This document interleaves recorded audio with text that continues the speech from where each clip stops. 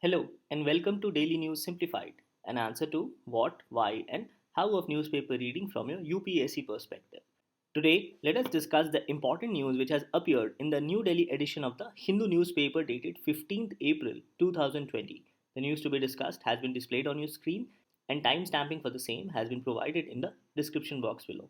So, let's start our today's discussion by understanding some of the important aspects of eLearn platform. Now, so far, you are already aware about the eLearn platform of Rouse IAS Study Circle, as it provides not only a comprehensive study material for your preparation but also a process to evaluate your learnings so that you are well prepared to tackle UPSC Civil Services examination. Now, to find any latest uploads from our site, you can go to the feed wall and find out what are the latest uploads. For example, the DNS of yesterday, that is 14th April 2020, was uploaded yesterday. And along with this, a prelims practice target of 2020 was uploaded with respect to current affairs aspect of November 2019. Similarly, other materials as well as certain discussions are uploaded on this forum. So, to get a better insight, you can go through this entire feed wall by yourself. Now, with respect to study material, we have already highlighted that we are providing Focus magazine as well as Compass Prelims magazines for different subjects on this particular platform. All you have to do is to download these materials. Apart from that, we are also providing you DNS revision MCQs, which comprises of questions which we have discussed in DNS videos in the last 1 year, specifically from May 2019 to March 2020. So you can take up this subject-wise DNS quiz to evaluate your learnings. Apart from the DNS quiz, we have also provided you quizzes for current affairs for different months. For example, the current affair quiz for the month of August 2019 has been put up here. And these current affair tests includes tests from Focus magazine which covers all important sources like the Hindu newspaper, Indian Express, PIB, that is Press Information Bureau, PRS, Yojana, Science Reporter, Geography and You, etc. And all you have to do is to click here to start the test. Now you can also ask any of your queries with respect to different aspects such as information and counseling, Rouse student support, as well as academic queries. Now with respect to academic queries, you can ask your queries with respect to different courses, such as you can ask your queries specifically with respect to DNS videos, Focus Current Affairs program, Prelims QIP and Test series, Mains QIP and Test series, and apart from this, you can also ask your subject wise queries. For example, you can ask your queries with respect to science and technology, polity, geography, environment, history, etc. So all you have to do is to click here to message us and then put up your query. So, in order to know about the latest updates, you can go to the feed wall, or with respect to other aspects such as study materials, prelims test, mains assignment, videos, etc., you can find for yourself. So, after this understanding about eLearn platform, let us move on to our news discussion for the day. Now, the first news of discussion appears in the editorial section on page number 6. It says Corona Bond, a Eurozone consensus on a new financial debt instrument is crucial for the bloc, that is, crucial for the European Union. So, this news highlights that the European finance ministers have finally agreed for an emergency rescue package worth 540 billion euros. And this package is meant for European countries who are hit hard by the coronavirus pandemic. As we all know that cases in Italy and Spain are the maximum with respect to coronavirus, as these countries have experienced the maximum death because of the coronavirus. So this emergency rescue fund allows these governments of European Union to borrow from the bailout fund so that they can spend up to 2% of their GDP on direct and indirect cost of the pandemic without conditionalities. And these bonds are referred as corona bonds. It highlights that these corona bonds are joint debt issued to member states of the European Union. The funds would be common and would come from European Investment Bank. And funds to European Investment Bank shall be provided through the European Stability Mechanism. So, for the purpose of this rescue fund, the finance ministers of European Union have agreed to create a emergency credit line, as it will help in raising lending capacity of European Investment Bank and it will also back the European Commission's 100 billion euro unemployment insurance scheme. Now, this editorial highlights that because of this emergency rescue fund, this has created certain controversy between the richer countries of the Northern Europe and between the poorer countries of the South, specifically with respect to overburdening of sharing of funds. So, this is what has been highlighted in this particular editorial with respect to Corona bonds. Now, this news becomes important from our prelims examination perspective, primarily because of Corona bonds, because of emergency credit line, European Investment Bank, European Stability Mechanism, as well as about the European Union itself, including the countries issuing euro. So, in this regard, first of all, let us learn certain facts about the European Stability Mechanism. Now, it highlights that the European Stability Mechanism is a European Union agency which provides financial assistance in the form of loans to Eurozone countries or as new capital to banks in difficulty.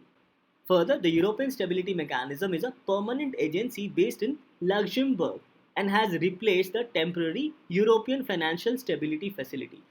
Now, this particular question was asked in the year 2016 by UPSC in the prelims examination. The question was European Stability Mechanism, sometimes seen in the news, is an options were A. Agency created by EU to deal with the impact of millions of refugees arriving from Middle East.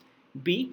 Agencies of EU that provides financial assistance to Eurozone countries. C. Agency of EU to deal with all the bilateral and multilateral agreements on trade. And D. Agency of EU to deal with the conflicts arising among the member countries. So in this, the correct answer was B, that is an agency of European Union which provides financial assistance to Eurozone countries. So in this regard, you must know about European Stability Mechanism and its different aspects, as a question has already been asked by UPSC in the prelims examination. Now, apart from European Stability Mechanism, you should also know that Euro is the official currency for 19 of the 27 European Union member countries. Further, the European Central Bank and the European Commission are in charge of maintaining its value and stability, and they also establishes the criteria required for EU countries to enter into the euro area.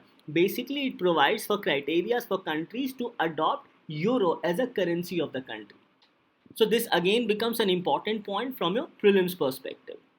So in this aspect, let us learn certain important facts about the European Central Bank as well as about the European Commission of the European Union. Now, the European Central Bank manages the euro and also frames and implements European Union economic and monetary policy. The aim of the European Central Bank is to keep prices stable, thereby supporting economic growth as well as job creation. So this is the basic duty of European Central Bank of the European Union. So we can say that the role of the European Central Bank is to manage the euro, keep prices stable, and to conduct European Union's economic and monetary policy. Its president is Christine Lagarde and its members are ECB president and vice president and governors of national central banks from all European Union countries. And it was established in 1998 and it is located in Frankfurt in Germany. So the ECB president represents the bank at the highest level with respect to European Union and other international meetings. And the ECB has three decision-making bodies, namely the Governing Council, Executive Board, as well as the General Council. Now the Governing Council of European Central Bank is the main decision-making body and it consists of Executive Board, including governors of national central banks from Eurozone countries. Further, the Executive Board handles day-to-day running of the ECB. Basically, it implements the decision of the Governing Council, and the General Council has more of an advisory and coordination role within the European Central Bank. So these are some of the important aspects which you must remember from your examination perspective about the European Central Bank. Now from the ECB, let us also understand certain facts about the European Commission. So European Commission is EU's politically independent executive arm and it is responsible for drawing up proposals for new European Union legislation. Further, it also implements the decisions of the European Parliament and Council of European Union. So overall, we can say that the basic function of European Commission is to propose new law or new legislation, It manages policies of the European Union and also allocates funds to European Union countries. It enforces EU laws and also represents European Union internationally. And its members consist of a team or a college of commissioners, one from each European Union country. Its president as of now is Ursula von der Leyen. It was established in 1958 and it is located in Brussels in Belgium. So these are some of the important aspects with respect to European Commission. Now with respect to composition of European Commission, it highlights that its political leadership is provided by a team of 27 commissioners, one from each EU country, and it is led by the Commission President, who effectively decides that who is responsible for different policy area. And this college of commissioners is comprised of the president of the commissioner, 8 vice presidents including 3 executive vice presidents, high representative of the Union for Foreign Affairs and Security Policy, and 18 commissioners, each responsible for a portfolio. So you should also know about the composition of European Commission from your UPSC perspective. Now this particular question was asked in the year 2010 of UPSC prelims examination. The question was, in the context of bilateral trade negotiations between India and European Union, what is the difference between European Commission and European Council? So we see that questions have been asked both on European Commission as well as on European Council. So statement 1 read, European Commission represents the European Union in trade negotiations, whereas European Council participates in the legislation of matters pertaining to economic policies of the European Union. So to answer this question, you should not only know about European Commission but also European Council. The second statement read, European Commission comprises the head of the state or government of member countries, whereas European Council comprises of persons nominated by the European Parliament. So in this regard, let us also go through some of the important highlights about European Council.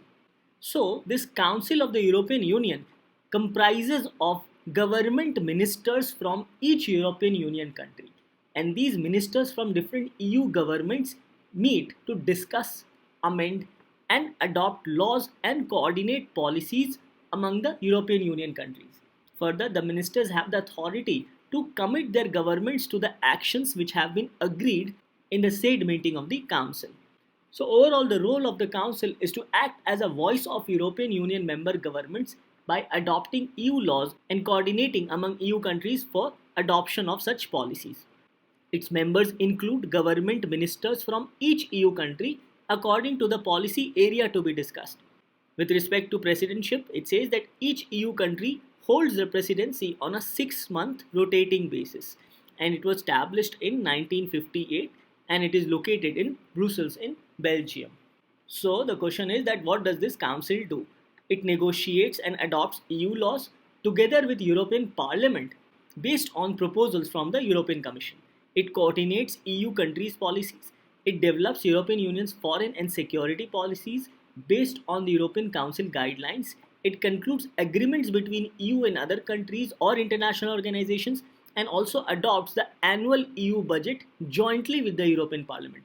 Now these aspects become very important to be remembered from your examination perspective, that the European Union Council adopts the EU budget jointly with the European Parliament. Now with respect to composition of the Council, it highlights that there are no fixed members of the EU Council.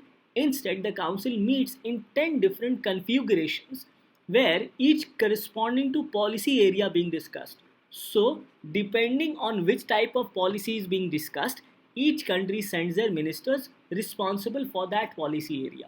It highlights that, for example, if a council meeting is on economic and financial affairs, then such council shall be attended by each country's finance minister. Similarly, if there is any meeting with respect to environment or conservation efforts, then environment ministers of different EU countries shall be represented in the EU Council. Now with respect to chairing these meetings, it highlights that the Foreign Affairs Council has a permanent chairperson, that is the EU High Representative for Foreign Affairs and Security Policy, whereas all other council meetings are chaired by relevant minister of the country holding the rotating EU presidency, which is done on a period of 6 months. So this is all with respect to the composition of the European Union Council. So after understanding this, let us go back to the question asked by UPSC in the year 2010. First statement read, European Commission represents the EU in trade negotiations, whereas European Council participates in the legislation matters pertaining to economic policies of the European Union. Yes, this statement is correct. Second, European Commission comprises the heads of the state or government of member countries. As you can see, the composition of European Commission, it highlights that it comprises of 27 commissioners and not head of the state. It further highlights whereas the European Council comprises of the persons nominated by the European Parliament. So, in this regard, this statement becomes incorrect. So, the question was which of the statements given above are correct. So, here the correct answer was A, that is one only. So, we understand that this topic becomes important not only from the perspective of Corona bond but also from the perspective of European Stability Mechanism, as a question was asked in the year 2016, and from the perspective of European Union, European Commission, European Parliament, as well as the Council of European Union.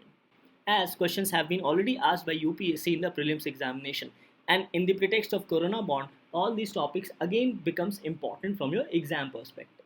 So after understanding this topic in detail, let us move on to our next topic of discussion. The next news appears on page number 8. It says United States approves 2 missile deals with India, and it highlights that as of now there is no known offset agreement in this deal, but it can be there with respect to India and the said contractors. So this news highlights about two deals which has been approved by the United States with respect to India, and these two deals are with respect to 10 AGM-84L Harpoon Block 2 air-launched missiles and related equipments. Now these Harpoon missiles shall be fitted on Boeing's P-8I, that is Poseidon 8 India Maritime Patrol aircraft, and these Harpoon missiles will enable or enhance India's capability in anti-surface warfare while defending India's sea lanes. Now India already has 8 Poseidon 8 India Maritime Patrol aircraft as per a 2009 deal between United States and India. And further, in 2016, India had ordered for 4 more of such maritime patrol aircrafts. Now, first of this aircraft was to be delivered in May 2020, and the entire deal of 4 extra maritime patrol aircraft was to be concluded by the year 2022. However, because of this COVID-19 pandemic, the delivery of this aircraft has been delayed.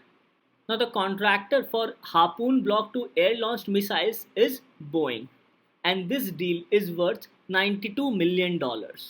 The second deal is worth $63 million, and this deal is with respect to 16 Mk-54 all-up-round lightweight torpedoes. It also includes 3 Mk-54 exercise torpedoes and related equipments. Further, it has also included Mk-54 spare parts, torpedo containers, 2 recoverable exercise torpedoes. Now these torpedoes will enhance India's anti-submarine warfare capability and can be used with the P-8I maritime patrol aircraft. And the contractor for the $63 million deal is Raytheon Integrated Defense System. Now this news highlights that as of now there is no known offset agreements, but it can be added later between the contractors and Government of India. So in this regard, let us know certain basic facts with respect to this offset agreements. Now offset agreement can be said to be any agreement or a deal in reciprocity of the main deal or a side deal along with the main deal, and it is included in many government to government contracts. So it says that offsets are often comprised of component purchases, technology transfers, investments, training, as well as research and development programs and counter purchases. That is, A agrees to sell B something, and in return B also agrees to sell something back to A. So this is what is referred as counter purchases. Then it highlights that international trade, especially involving military equipments, advanced technology, or high value contracts, frequently requires an offset agreement between two parties or two governments. Further, an exporter's incorporation of offsets into export trade agreement is an integral aspect of global competitive landscape. So basically an offset clause in a defense equipment contract is a very normal thing, and mostly there are offset agreements in such contracts between two countries involving military purchases or purchases of military equipments. Thus this news becomes important from the perspective of current events of international agreements between India and United States. Now, the next news to be discussed appears in the article section on page number 7. It says Economic Liberalization and Its Faults. The virus reveals how dependence on private sector led economic growth has proved to be disastrous. Now, this article effectively provides for a critical analysis on economic liberalization as to how economic liberalization in India as well as in other developing and developed countries has not only resulted in loss of manufacturing base but has also increased import dependence of most of these countries including India.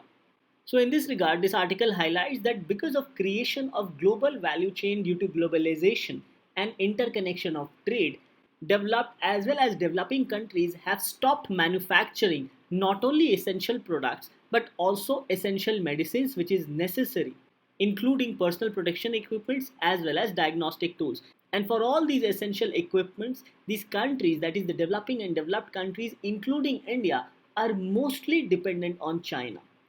So this article says that because of creation of this global value chain, the developing countries has not achieved that much which has been achieved by China, as there is more value addition for China as compared to other countries who are importing essential products from China. And in this entire scenario, China tends to gain more as compared to other countries because of its relaxed labor and environmental laws. And this had made China the manufacturing hub of the world. So, overall, most of the countries, including India, are dependent on China with respect to import of essential medicines, including personal protection equipments, diagnostic tools, and even other essential products. So it is in this regard this article has criticized the liberalization policy of the government of India because it is because of this liberalization that India started importing even essential products from other countries, and this has led to the loss of manufacturing base in India, including increased dependence of India on import of essential products, especially on China. Now, this article highlights that prior to the liberalization era, that is prior to 1990, Indian economy pursued license Raj and also fixed quota. So, license Raj basically allowed private sector to manufacture certain products, and quota allowed the quantity of production. So, basically, the what of production and how much of production by the private sector in India was decided by the government.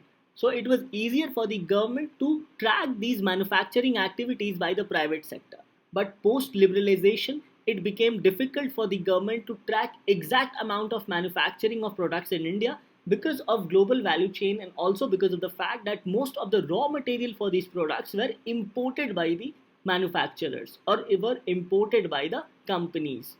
So, in this regard, this article highlights that post liberalization, it has impacted India's ability to make informed policy choices, lack of manufacturing base, especially in medical devices, and also it has resulted in higher import dependence on China for active pharmaceutical ingredients.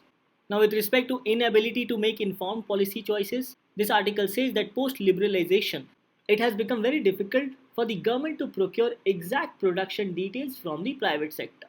And this became amply clear during the COVID-19 outbreak, as it took weeks for the government to find out the stocks as well as production capacities of various pharmaceutical companies, as well as about other essential drugs.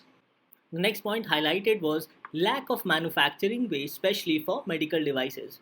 Now, this article highlights that India's dependence on import of even raw material for medical drugs has resulted in lack of production of these essential ingredients of drugs in India. So what has happened is that only few company remains in India who can manufacture ventilators, personal protection equipments, other essential drugs, etc. So because of increased dependence on imports, it has resulted in lack of manufacturing base in India, especially with respect to raw material for medical drugs. And these raw material for drugs also includes active pharmaceutical ingredients. So, in this regard, there has also been a higher import dependence on China, especially for active pharmaceutical ingredients, as most of the companies of India, such as Sun Pharma, Ranbaxy, etc., they import these active pharmaceutical ingredients from China because it results in reduction of costs somewhere around 15 to 20%. Now, with respect to active pharmaceutical ingredients, it highlights that all drugs are made up of two core components, that is, active pharmaceutical ingredient as a central ingredient and excipient, that is, a product which helps to deliver the medication. So, with respect to raw material for any drug, API is the central ingredient, whereas excipients are chemically inactive substances such as lactose or mineral oil in the pill. Taking cough syrup as an example, for cough syrup, the excipients would be the liquids which are used to formulate the syrup. So, it is in this regard this article says that liberalization has resulted in higher import dependence on China for API, that is, active pharmaceutical ingredients, and this is not a good thing for India. Thus, this article must be seen as a critical analysis of liberalization policies of India, especially with respect to lack of manufacturing base in India and increased import dependence on essential products, including medical devices, on China. And this topic gets covered under GS Paper 3 for your mains examination. With this, let's move on to our next news discussion. The next news to be discussed appears on page number 13 in the economic section. It says world economy to contract by 3% as per the IMF. It says India's growth projected to rebound to 7.4% in 2021 from 1.9% in 2020. So, in this regard, the International Monetary Fund has released global growth projections for periods during and after the COVID 19 pandemic. And as per the report, the global growth is expected to contract by 3%, and India is expected to grow at the rate of 1.9% for the year 2020. Now, as you can see in this picture, which has been taken from the website of IMF itself, it mentions a contraction of 3% of global growth, that is, growth for the world, for the period of 2020. However, for 2021, it has suggested a rebound in growth at 5.8% for the world. Further, with respect to United States, it has highlighted a contraction of 5.9% in their economy in 2020. For the euro area, the contraction in economy would be somewhere around 7.5%. For Middle East and Central Asia, the contraction would be close to 3% at 2.8%.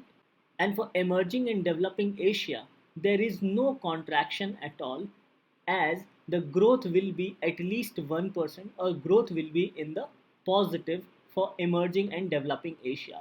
So this can be said to be the summary of this report of IMF with respect to global growth projections.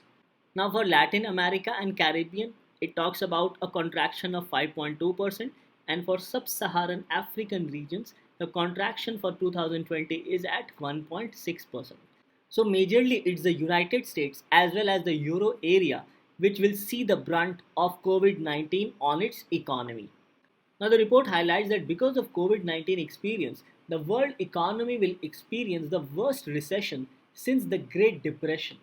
Further, it also mentions about latest World Economic Outlook growth projections, whereby it has mentioned about the growth of 2020 as well as growth of 2021. Now, with respect to United States, as you can see, for 2020 the contraction is 5.9%, whereas the growth projection for the next year is 4.7%. Similarly, for the euro area, the contraction is around 7.5%. However, the rebound will be same as that of US, that is 4.7%.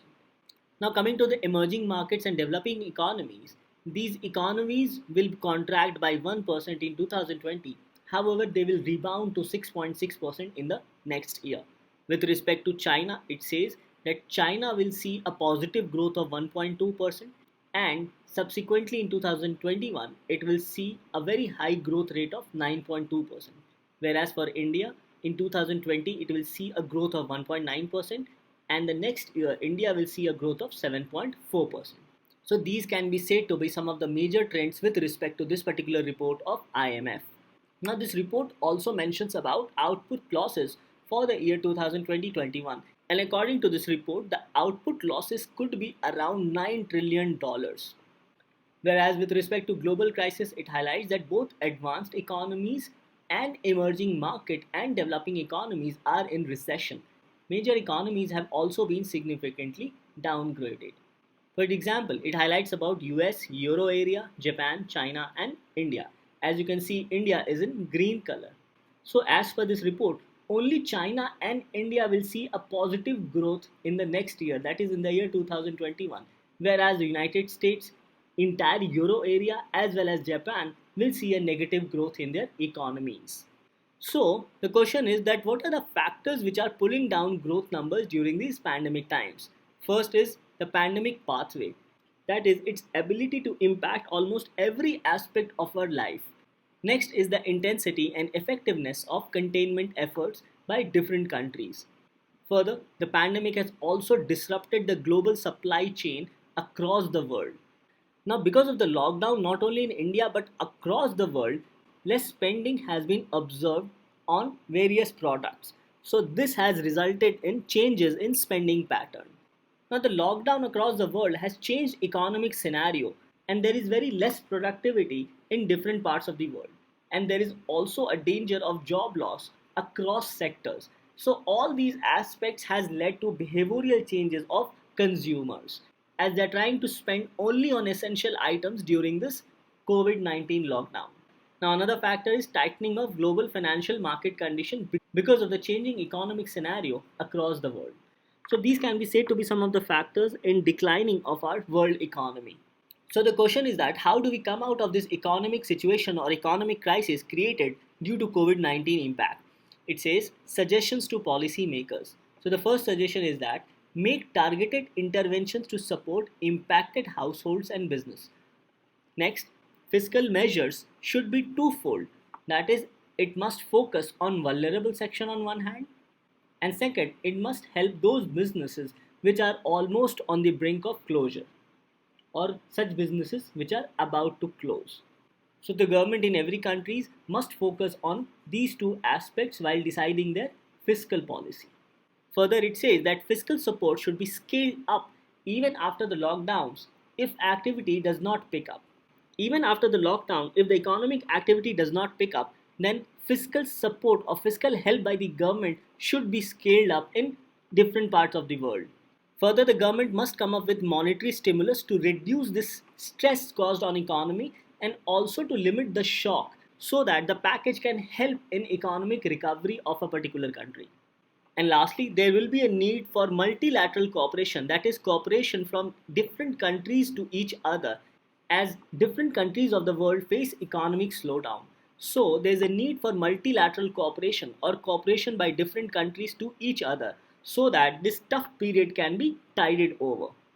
So, it says that multilateral cooperation to help financially constrained countries who are facing twin challenges of weak healthcare systems and stalled economic activities. So the rich countries must help the poor countries, especially to augment their weak healthcare system, so that the people who are infected by the virus can recover in due course of time. And the rich countries should also provide certain economic stimulus to these poor countries so that the economic activities in these countries can pick up. So these can be said to be the way forward with respect to coping up with the global financial crisis caused due to COVID-19 epidemic.